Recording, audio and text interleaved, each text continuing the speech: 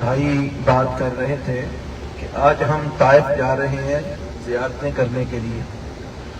رسول اللہ صلی اللہ علیہ وسلم بھی طائف گئے تھے، لیکن آپ علیہ الصلوۃ والسلام کے طائف جانے کا جو مقصد تھا وہ ہم نے سنا بھی ہوا ہے اور پڑھا بھی ہوا ہے کہ آپ علیہ السلام طائف کیوں گئے تھے۔ جب آپ علیہ الصلوۃ والسلام نے مکے والوں کو اللہ کی توحید کی دعوت دی اور ان کو کہا لا الہ الا اللہ کہو، تو انہوں نے لا الہ الا اللہ کہنے سے انکار بھی کیا اور رسول اللہ صلی اللہ علیہ وسلم کی مخالفت بھی کی اور آپ علیہ السلام کے دشمن بن گئے۔ وہی مکے والے جو آپ کو صادق و امین کہتے تھے، لیکن جب آپ علیہ السلام نے ان کو اللہ کی توحید کی دعوت دی، قولوا لا الہ الا اللہ، ان کو کہا کہ تم یہ کہو کہ اللہ کے سوا کوئی عبادت کے لائق نہیں ہے، تو انہوں نے آپ علیہ الصلوۃ والسلام کی مخالفت شروع کر دی اور آپ سے دشمنی کرنے شروع کر دی۔ جب آپ علیہ الصلوۃ والسلام مکے والوں سے مایوس ہو گئے کہ یہ میری دعوت کو قبول نہیں کرتے، تو آپ اللہ کی توحید کی دعوت دینے کے لیے طائف تشریف لے گئے اور وہاں کے لوگوں کو بھی آپ علیہ السلام نے جا کر اللہ کی توحید کی دعوت دی کہ لوگوں لا الہ الا اللہ کہہ دو، اللہ کے سوا کوئی عبادت کے لائق نہیں ہے۔ یہ لات، منات، عزا، ہبل، یہ جو تم نے خدا بنا رکھے ہیں، جن کو تم پوجتے ہو، جن کو سجدے کرتے ہو، یہ عبادت کے لائق نہیں ہے، ان کی عبادت نہ کرو، عبادت صرف ایک اللہ کی کرو۔ تو طائف والوں نے بھی رسول اللہ صلی اللہ علیہ وسلم کے ساتھ جو سلوک کیا وہ آپ لوگوں نے سن رکھا ہے کہ انہوں نے اپنے شریروں کو اور اپنے بدماشوں کو رسول اللہ صلی اللہ علیہ وسلم کے پیچھے لگا دیا اور انہوں نے نبی صلی اللہ علیہ وسلم کو آپ کے اوپر پتھر برسائے، آپ علیہ الصلوۃ والسلام کو زخمی کیا، آپ لہو لہان ہو گئے، اتنا خون بہا کہ نبی صلی اللہ علیہ وسلم کی جوتیاں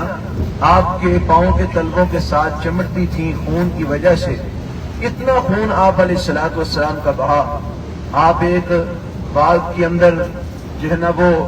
نیم بے ہوشی کی حالت میں ہے کہ اس کیفیت میں اللہ کا فرشتہ آتا ہے اور آ کر کہتا ہے پیغمبر علیہ السلام آپ مجھے اس بات کا حکم دیں کہ یہ جو دو پہاڑیاں ہیں میں ان کو ملا کر ان لوگوں کو درمیان میں پیس کے رکھ دوں۔ تو پیغمبر علیہ السلام نے کمال اخلاق کا اور تحمل اور بردباری کا مظاہرہ کرتے ہوئے آپ نے فرمایا کہ نہیں، میں یہ نہیں چاہتا کہ ان لوگوں کو تباہ کر دیا جائے، مجھے امید ہے کہ ان کی نسل میں سے وہ لوگ ہوں گے جو میرے دین کو ماننے والے ہوں گے۔ ان لوگوں نے مجھے پہچانا نہیں ہے۔ اور پھر وہ وقت آیا جب طائف والوں نے بھی کلمہ پڑھ کے رسول اللہ صلی اللہ علیہ وسلم کے ہاتھ پر اسلام کی بیعت کی اور آج طائف بھی مسلمان ہے، مکہ بھی مسلمان ہے، اللہ کی توحید غالب آ چکی ہے۔ اور ہمیں بھی یہ سبق حاصل کرنا چاہیے کہ ہم جس شہر میں آئے ہیں یہ شہر توحید والا شہر ہے، یہاں پر توحید کی بہت زیادہ جو ہے نا وہ نشانیاں موجود ہیں، تو ہمیں بھی توحید کو اپنانا چاہیے، اللہ کو وحدہ لا شریک ماننا چاہیے، اللہ کے سوا کسی کی عبادت نہیں کرنی چاہیے۔ عبادت کی جتنی بھی صورتیں ہیں، وہ چاہے قیام ہو، وہ چاہے رکوع ہو، وہ چاہے سجدہ ہو، وہ چاہے طواف ہو، وہ چاہے صدقہ و خیرات ہو، وہ چاہے کوئی بھی عبادت کی کوئی بھی قسم ہو،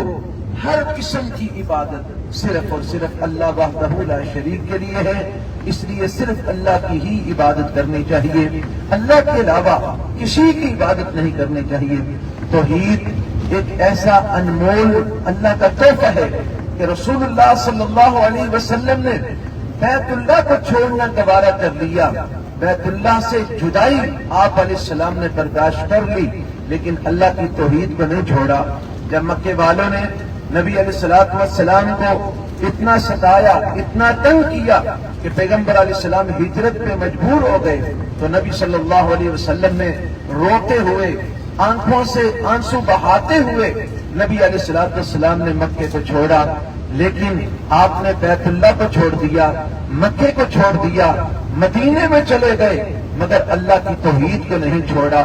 پھر مدینے میں جب گئے تو نبی علیہ الصلوۃ والسلام کو احد میں زخمی کیا گیا.